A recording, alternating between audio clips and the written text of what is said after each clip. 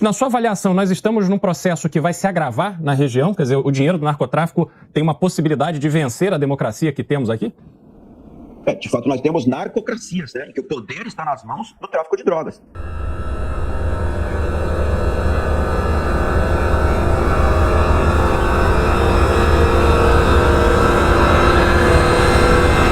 Destaque internacional com grande repercussão, Fernando Villavicencio, candidato a presidente do Equador, foi assassinado com 3 tiros na cabeça depois de sair de um comício em uma escola na cidade de Quito, nesta quarta-feira. Para falar sobre o assunto e também toda a análise, a gente recebe agora o professor, coordenador geral do Grupo de Análise da Conjuntura Internacional da Universidade de São Paulo, Alberto Pfeiffer. Professor, como vai? Muito obrigado mais uma vez por estar aqui conosco. Bem-vindo. Bom dia, é um prazer estar aqui. Bom dia, professor. Temos aqui já a informação que foi divulgada nesta manhã. Uma facção criminosa do Equador se disse responsável pelo ataque ao candidato e é um grupo chamado de Los Lobos. Eu pergunto, o que pode estar por trás desse assassinato há quase 10 dias da eleição e, obviamente, uma violência política que se precisa e tem que se condenar?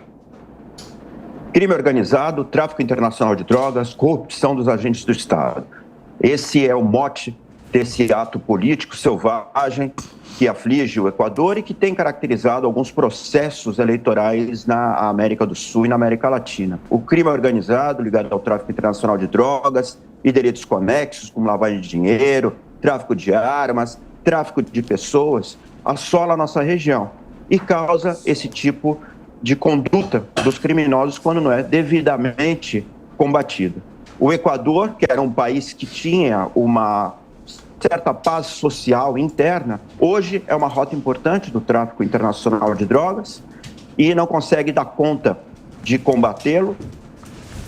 Depois de uma instabilidade política muito grande, o atual presidente Lasso dissolveu o parlamento, convocou eleições antecipadas. Isso, evidentemente, também solapou a condição de estabilidade interna, né? Abriu frestas, já que é um embate muito grande entre o parlamento e o executivo.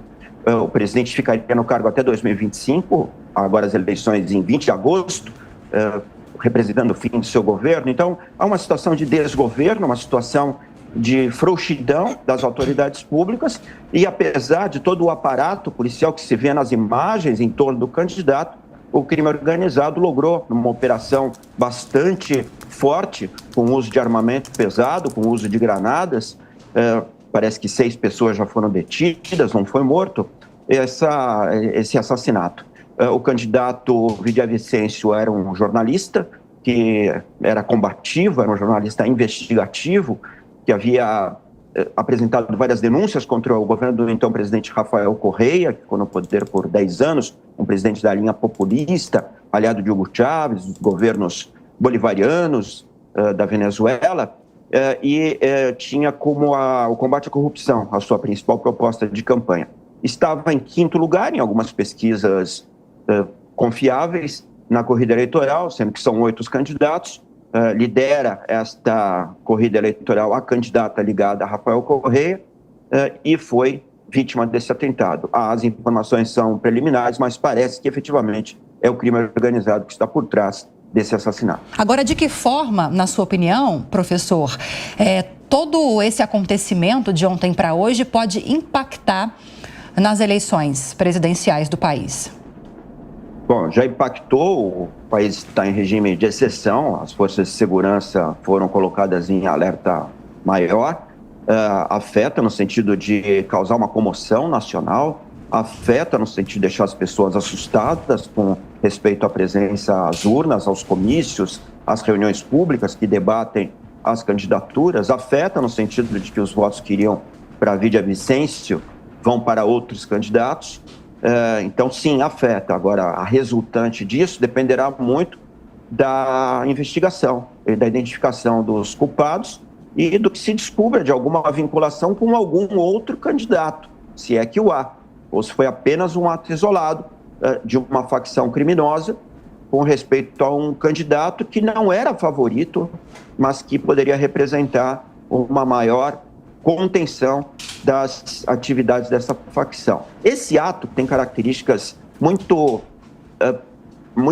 espetaculares, vamos dizer assim, né? É um ato que tem algo ligado às técnicas de terror, de aterrorizar a população, de aterrorizar as instituições, de aterrorizar o sistema político. É uma mensagem para todo o Equador. O crime organizado está presente, está forte e tem eficácia. Cuidado com os outros candidatos. Vamos lembrar que há algumas semanas o prefeito de uma cidade importante, Manta, que fica no litoral, um porto muito importante, onde há uma base militar, americana, esse prefeito foi assassinado igualmente. Então, a mensagem que o crime organizado, que o narcotráfico passa para o Equador é: nós temos controle da situação, cuidado. Veja, é um emaranhado de fatores que estão sendo considerados, né? A atuação dele como parlamentar, como jornalista investigativo, a atuação dele junto à principal empresa, o principal elemento da economia equatoriana, que é a produção, a exploração de petróleo, a exportação de petróleo. É difícil, neste momento, se deslindar qual foi o fator imediato que levou ao assassinato desse candidato. Ele era combativo, ele tinha na corrupção das autoridades públicas o principal foco da sua atuação e, naturalmente, a corrupção das autoridades está ligada ao crime organizado. Então, neste momento é muito difícil, não há informações suficientes de dizer qual é o elemento causal imediato, né? Qual foi a motivação específica do crime. Mas ela deve ser bastante complexa e residir nessa teia de interesses que você descreveu, porque foi uma operação muito forte. Vejam, há um aparato de segurança em torno desse candidato bastante destacado. Para que se conseguisse lograr êxito, essa operação foi muito pesada. Não foi um ato isolado de um assassino com um armamento leve. Foi uma coisa complexa. Então, não dá para dizer o que é neste momento, mas o que é certo é que ele representava uma ameaça a alguns interesses ligados ao desvio de função do Estado e, muito provavelmente, o crime organizado está por trás disso. Agora a sua pergunta, Cristiano Beraldo. Professor, bom dia. Nós assistimos a esse lamentável episódio, ao que tudo indica, né, não só o crime organizado, mas sobretudo o tráfico de drogas envolvido. Nós temos o Nicolás Maduro, da Venezuela, sendo acusado pelos Estados Unidos de chefiar um cartel do narcotráfico. Nós temos a acusação feita pelo filho do presidente da Colômbia de que dinheiro do narcotráfico teria financiado a campanha do pai.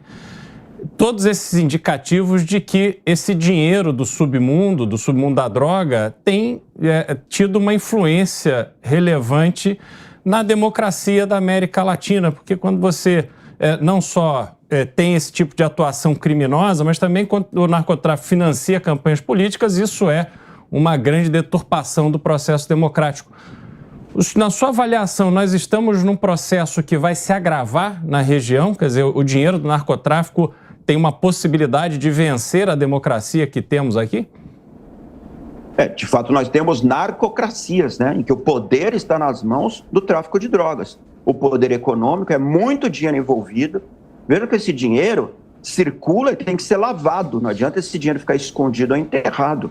Ele é usado em diversos empreendimentos. E com isso gera estímulos econômicos ilegais, marginais, mas que encerram também interesses políticos, interesses sociais. Então, é muito dinheiro circulando. Nós acabamos de ter uma cúpula amazônica, né, em que vários países que estão assolados pelo tráfico de drogas estiveram presentes. O presidente do Equador, naturalmente, não esteve lá, mas talvez essa cúpula sobre os temas da Amazônia, essa cúpula da OTCA, da Organização do Tratado de Cooperação Amazônica, realizada em Belém, hospedada pelo governo brasileiro, devesse ter um foco ainda mais sublinhado na questão do narcotráfico, na questão dos delitos conexos. O próprio garimpo ilegal, a invasão das terras indígenas, o uso do território amazônico como acampamento dessas forças ligadas ao narco, que incluem também movimentos políticos ilegais. Vejam o caso da Colômbia, em que diversos agrupamentos ilegais ligados ao tema político são financiados pelo narcotráfico, protegem o narcotráfico, fomentam o narcotráfico, esquentam o dinheiro do narcotráfico. Então, de fato, o principal tema hoje que assola a América do Sul, a América Latina toda, é o narcotráfico, é o crime organizado, nas suas múltiplas ramificações, incluindo a corrupção de altos agentes estatais, elegíveis ou funcionários de carreira. Isso é documentado diversamente em vários países da região. Então, essa é uma pauta que preocupa e que já está presente nas nossas sociedades. Ela é de difícil detecção, mas ela é de visível presença. E se não houver um esforço concertado para se combater o narcotráfico, o crime organizado, que são fenômenos transnacionais, quer dizer, perpassam as fronteiras nacionais, estão conectados a Equador, Colômbia, Peru, Bolívia, Brasil, Venezuela, e quanto mais instalado nos altos escalões governamentais e públicos, maior o efeito deletério. Professor Alberto Pfeiffer, que coordena o Grupo de Análise de Conjuntura Internacional da USP, mais uma vez, muito obrigado pela gentileza. Voltaremos a nos falar. Bom trabalho, professor. Obrigado, bom dia a todos.